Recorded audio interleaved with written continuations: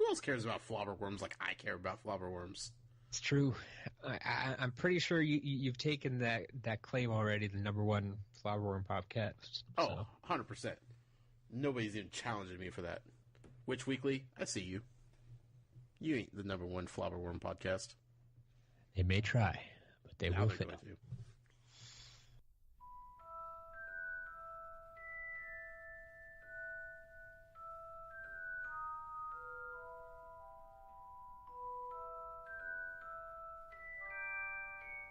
Hey, it's Jess. And Mel. Welcome to an episode of Witch Weekly, back in our old format.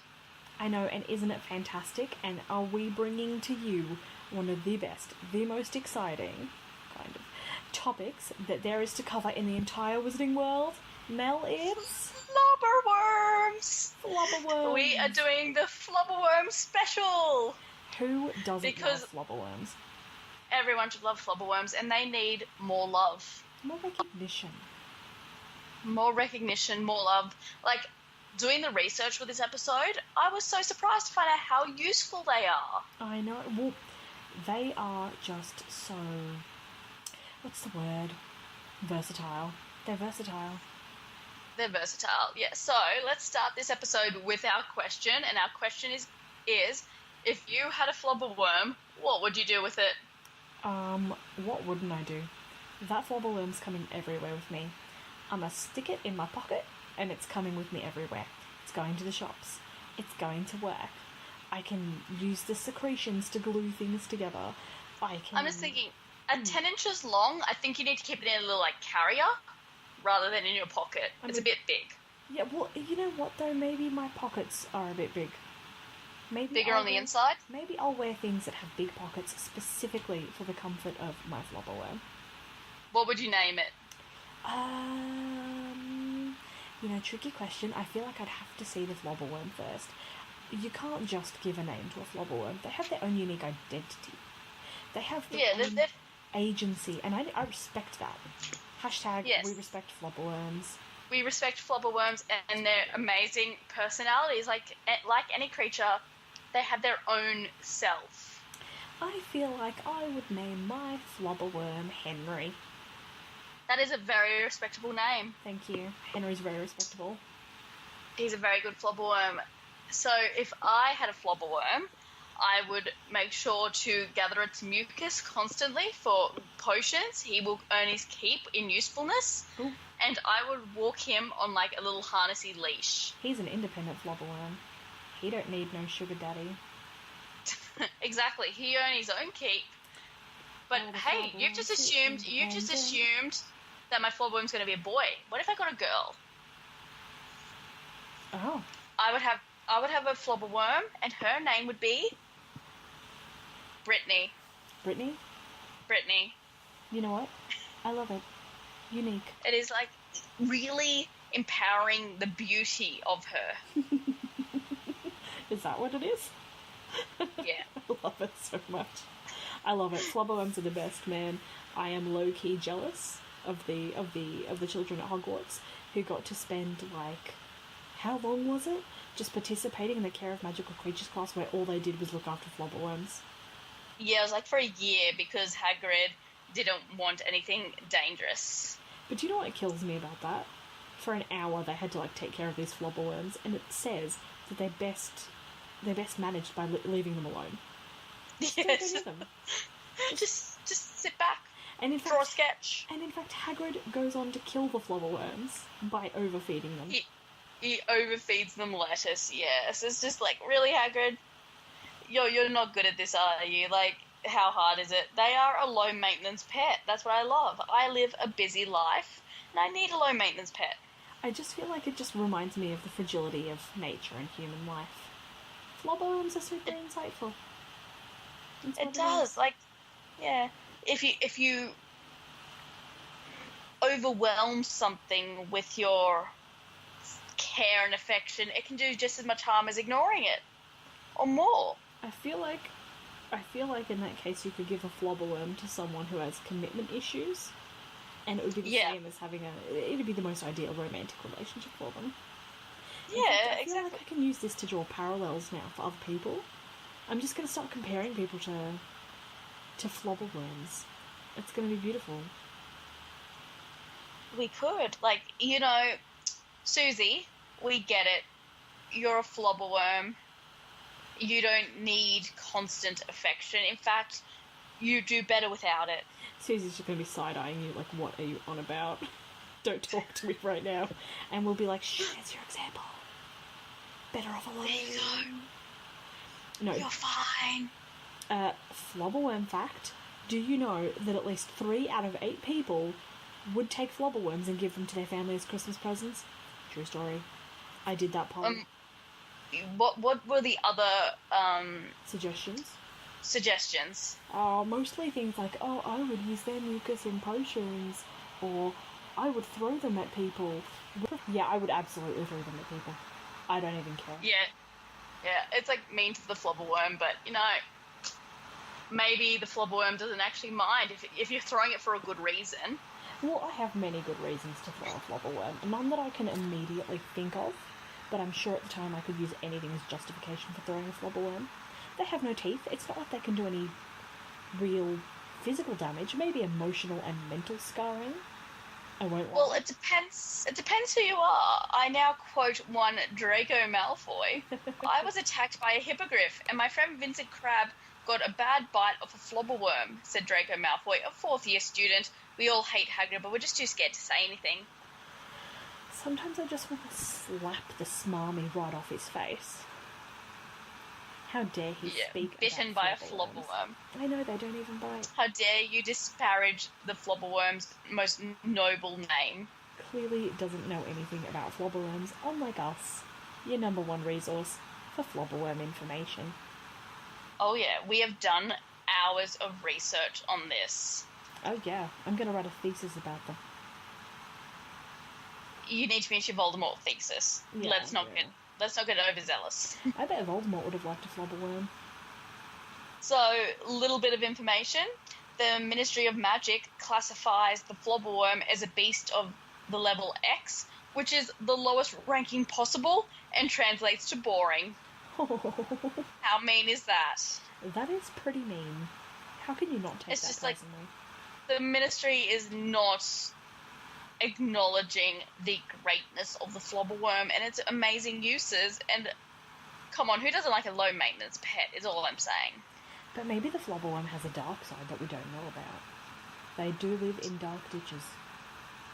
They do. They thrive best when they're on their own. And you know what's good when you're on your own? No one's watching you, so you can get up to shady things. So maybe, and I'm just saying, like, maybe they are actually creatures of darkness and evil, and we just don't know about it. Worms and snakes both don't have arms or legs. They're just saying they are kind of like snakes. Maybe Slytherin, maybe they've got like a little horde of flobberworms just chilling. I don't know. I've never asked Slytherins, It's possible. So, another thing about flobberworms, their front and their back ends are both identical, so they can eat and excrete mucus from both ends. That's just charming, isn't it? No. So charming. Gross. Nah. I couldn't hold it. I couldn't do it. Not putting one in my pocket will get mucus everywhere and then everything will be damp and sticky. Yeah. That's just so gross. Hey, quick question. Do you think when people are trying to get the mucus out, do you think they like grab them and hold them over the cauldron and like squeeze them like an udder? 'Cause, like, is that too far? Is that too far? I did not get an udder motion in my head. I got another motion entirely. Everybody who is listening, I just want you to answer this question for me. How would you I don't want to say it. How would you get the mucus out of the flobberworm? Would you wait for it to naturally secrete it? Or would you be, like, uttering the shit out of that? And please don't get inappropriate on me. I know some of the implications you all are making, but just think about it as a worm and treat it with that dignity and respect. Please. I beg of you. Please, yes. So talking about the mucus, the flobberworm mucus is green and sticky and is used to thicken potions. It is a vital ingredient in the Wiggenweld potion. I will never make the Rigmarole potion then. It's that simple. It's a healing potion with the power to awaken a person from a magically induced sleep, and it will reverse the side effects of the Draft of the Living Dead. Just so everyone knows. I was going to say, you could give that to me, and it wouldn't work still. Nothing will work. When I'm asleep, I'm asleep. It's done. It's done. Day over. Even if Henry the Flobberworm were to, like, wriggle all over my face, bleh, I would not awaken. So, the other thing is, during one of his detentions with Snape, Harry had to scrape Flobberworm mucus off a desk. Gross. I mean, it would Just be a little fact for everybody. It would be dried. Do you think it dries like hot glue guns?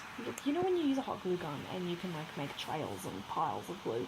Yeah, and it's, like, kind of still meldable, but not really. It's, like, this weird solid... Yeah, that's what I'm imagining. Yeah, ew. Ew. Also, Yuck. do you know how many people have remarked to me that they've never thought about flobberworms in that way? Or that intensely? Many of them. Just about everybody who commented on my poll, they were like, I've never thought of flobberworms that much. And I was like, yeah, yes, people well... don't think about them enough. They need to acknowledge the flobberworm. Mel, that's not true because we think about flobberworms. We at Witch Weekly, we care. We care about the flobberworms. We do. What now, nerds? What now? So, just wondering... Yeah? Did you decide to call your FlobberwormHenry due to a piece of fan art? No, I actually didn't. There's a fan art, and it's Ginny and Luna, and Luna's holding the flobberworm, and she goes, I call him Henry. And Ginny's like, Luna, here's our potions assignment. Okay, I haven't actually seen this fan art, and now I'm disappointed. I am sending you a link. I named him Henry for Henry VIII. Because I believe in his potential. I really do. Not that he is a, fat, mucus-excreting worm. I mean, like, it's accurate, right? See, in this fan art, the flobberworm looks quite cute, but I'm not sure the flobberworm is what I would call cute. I would say striking, perhaps. Yeah, no, that flobberworm looks too cute, and it clearly has a back and a front end. It does. Well, if you look at this fan art, I'll send you this one, which I really like. It's actually it might not be fan art. This actually might be legit from Fantastic Beasts. Oh. So, let me send you this one. All these will be in the show comment thing at the bottom of the episode. Oh, I do not like that picture. That picture makes me sad. The implication is weird. I don't know about that. Yeah. Y'all will know what I'm talking about the second you see it. Tell me if that makes you as uncomfortable as it makes me. I actually think that is legitimately from the books, because there's a few pictures that are very similar with different animals. Mm-hmm. And it's from the HP lexicon, so I'm pretty sure that's from the actual Fantastic Beasts book. Well, there you go then. There you go. See, flobberworms really are just one of those things that brings people together in conversation. End of They life. are. End of life. So, I don't know if there's much more to say other than flobberworms are amazing and need more recognition. I know, and you know, people keep giving cheap mentions to them. I don't know, I feel like if you're not going to go all out for it, what's the point? Yeah, like, if you cannot talk about them for at least 10 minutes, what's the point? Are you just, like, mentioning them just so you can say you mention them? Are you just acknowledging them so you can claim to acknowledge them? Oh wow, that's so tokenistic. I can't believe people do that. Yeah, just tokenistic mentions about flobberworms, pretending they care. I'm going to start my own spew, but about flobberworms. Just spew about flobberworms. This is so accurate to everything I'm feeling right now. Flobberworm Acknowledgement Society, FAS. Yeah, that's better. There we go. We're going to have FAS. Or would it be FWAS? Oh, God. Well, flobberworm is one word, so it could be FAS. Unless you want to acknowledge the W from worm, in which case it's was. You know what? We'll leave that to our audience to decide. Yeah, guys, tell us what you think our society for flobberworms should be. And also, please let us know what name you would give your darling flobberworm. Yes, we need names for flobberworms. Every flobberworm must be named. They're looking like a popular Christmas present this year, so... Yeah, 3 out of 8 people would totally give them as Christmas presents. Put something down on all your surfaces to keep them clean is all I'm saying. And answer me about the other question, because I'm disgusted, but I have to know. What's the method? What's the method? Well, according to this picture from Fantastic Beasts, he appears to be held in, like, a set of tweezers and just be excreting it himself. He's just, like, going for it. Gross. On one hand, I'm, like, thrilled that he's working for himself, but on the other hand, I'm like, ooh, tweezers, gross. Like, it just doesn't look comfortable. See, when we start our society, the first thing I'm going to do is tackle the working conditions of flobberworms. Yeah, they need to be treated right. Well, apparently their mucus is all over the attic, so I feel like if that's their natural work environment, maybe we should be encouraging that.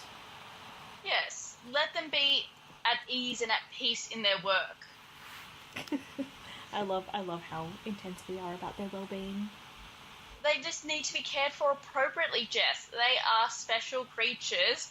They should be fed all the cabbage and lettuce they want, but not overfed, because they are strong, independent creatures who don't need you to feed them. Fussing. Yeah. They probably invade gardens and help themselves. Let's be honest here, they are worms. Gross. Anyways, shall we move on to the next component of the evening? Yes, let us play Random Ships. Random Ships is my favourite segment, where Jess and I build a boat, set sail on the Black Lake, and decide whether it's going to sink or sail. So, do you have your character in mind for this week? 2 seconds, hold on.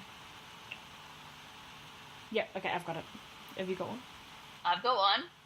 Alright. Ready? Okay, yep. 1... 3... Oh. 2... I'll be counting up or down. Countdown. I'll let you do it, sorry. My bad. Okay. 3, 2, 1. Flobberworms. Flobberworms. The perfect ship. The perfect ship. Watch as this glorious kayak just sails off into the sunset. So, Brittany, the flobberworm, was just chilling in Hagrid's garden one day, going, yum, yum, yum, lettuce. Ooh, yum, yum, yum, cabbage. Ooh, I'm going to excrete my mucus now. Oh, blech. And then, like, Henry, the flobberworm, was, like, on the other side, going, yum, yum, yum, cabbage. Yum, yum, yum, lettuce. I better excrete some mucus now. Blech. And there was, like, lots of other flobberworms there. But as Brittany and Henry moved through the garden, trailing through mucus, Ew. they saw one another. And they just knew. Sunlight beamed down on them and their mucusy bodies, Bleh. making them glow. Oh, Jesus, take the wheel. And together, they looped off towards the Black Gate. Black Gate. Off. Black Lake. Wrong fandom. Black Lake. I'm sorry, I'm never going to get Anyways. over that they glooped off. Like, that's just it for me, that's perfect. You No. could have left it there. They looped off onto their ship Oh, yeah. and sailed Far away. far into the away. oceans of Be the happy world. flobberworms together. Have flobberworm children and grandchildren one day. I wonder what the life expectancy of a flobberworm is. I don't know. I could not find that in my I'm research. sure Hagrid overfeeds it. They'll live forever. Just don't overfeed them. They're like a Tamagotchi, but you don't need batteries. Love it.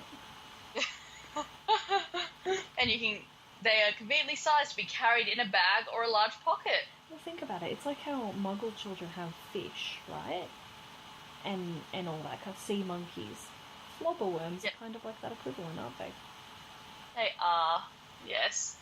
They would be a great pet. Like, they're just low maintenance. You don't need to worry. You just, And with their mucus, they're contributing to the economy. They are contributing to the economy. They're contributing to potions. Like, we could just keep talking about this as a thing. The weird thing is I actually do feel like we could just keep going about how flobberworms have really seriously contributed. Like, someone could probably write an essay on this. Yes, the contributions of flobberworms. The impact of flobberworms. On greater wizarding society. And on myself. And yes, on myself. they are just too amazing. I think we're flobberworm experts now. I think we are too. Like, this episode has been so enlightening. Just to be able to talk about these amazing creatures and, you know, give a good hurrah to them. Maybe we'll see them in the new Fantastic Beasts movie. Yeah, that'd be interesting. Oh, I just found a fun fact. Okay, go for it. Despite not being mammals, flobberworms are apparently able to perspire. Ooh. So now we've got sweat and mucus. Oh, God. Now, here's the question. So, if a flobberworm is feeling under pressure, it'll probably perspire. Would that affect the quality of the mucus for your potion? Oh, God damn. There's another essay topic for you right there. I have no idea.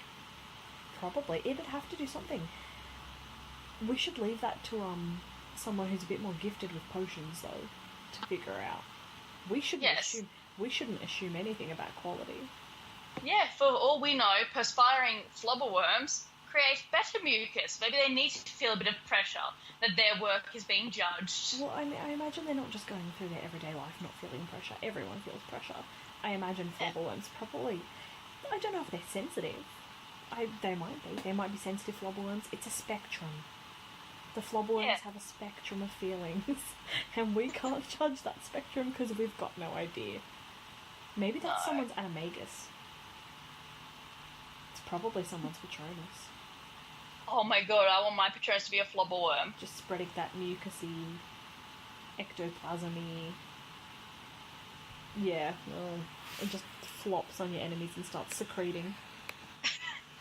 Like, I just have this image of Dementors and you, like, go, expecto patronum, and your flobberworm comes out and just, like, excretes, and it comes, like, you know, mucusy Patronus just weaving in and out around the Dementors. And then you just see the Dementor just, like, with, like, a ghastly hand grabbing the end of its robe and trying to shake off the flobberworm. I kind of love it. Yeah, they're just like, ew, ew, ew, get it off me, Barry, get it off me. Why do I see that There is a Dementor called Barry. Why do I see that being like a creevy kid? A creevy kid having a flobberworm for Patronus? Yeah, it could be a creevy kid. Oh, that's so funny though. Yeah, I love it. Alright, that's something that's in my head now. Yeah, flobberworm Patronuses. You know, I'm so Flobberworm and Amagus. I'm so glad that we shared this moment about flobberworms. Me too. I really feel like we've both learned something today, and we've taught our audience something about the appreciation of flobberworms. Because that's what we want for our audience. We want them to appreciate, not just briefly acknowledge and then run away from.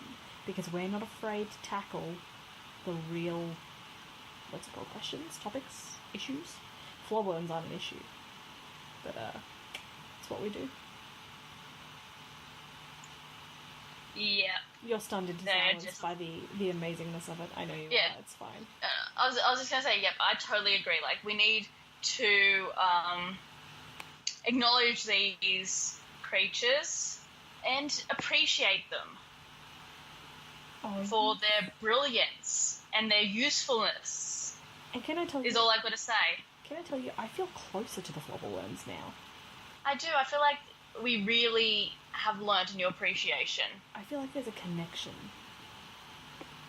This kind of intimacy, not like gross intimacy, but just this intimacy. No, just intimacy born from understanding and acceptance. It is so rare to find that quality.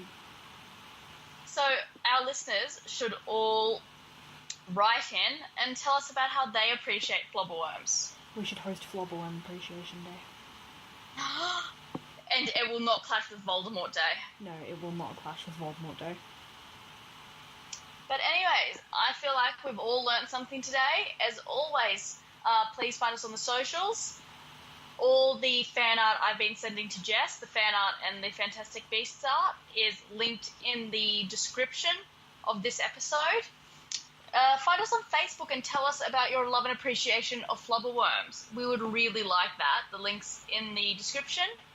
And as always, send us an email, witchweeklypodcast@gmail.com. And don't forget, if you're running out of ideas for Christmas presents, you could make your own flobberworm. Just get like some rubber gloves, put some hand lotion into the gloves, and then tie up like the fingers, right? Then chop that off, and then poke a hole in each end, and then give it to your loved ones to squish the secretions out. That's right. Flobberworms are a fantastic gift. We just made craft out of flobberworms. You're welcome. Alright, thank you all so much, guys. We hope you enjoyed. Thank you, everybody. We'll see you for our next Cursed Child episode, which will be coming out shortly. We will see you then. Until then, enjoy your week. Have a good flobbery, wormy... Oh, I can't. Just enjoy your week. See ya! You're the best. Bye now.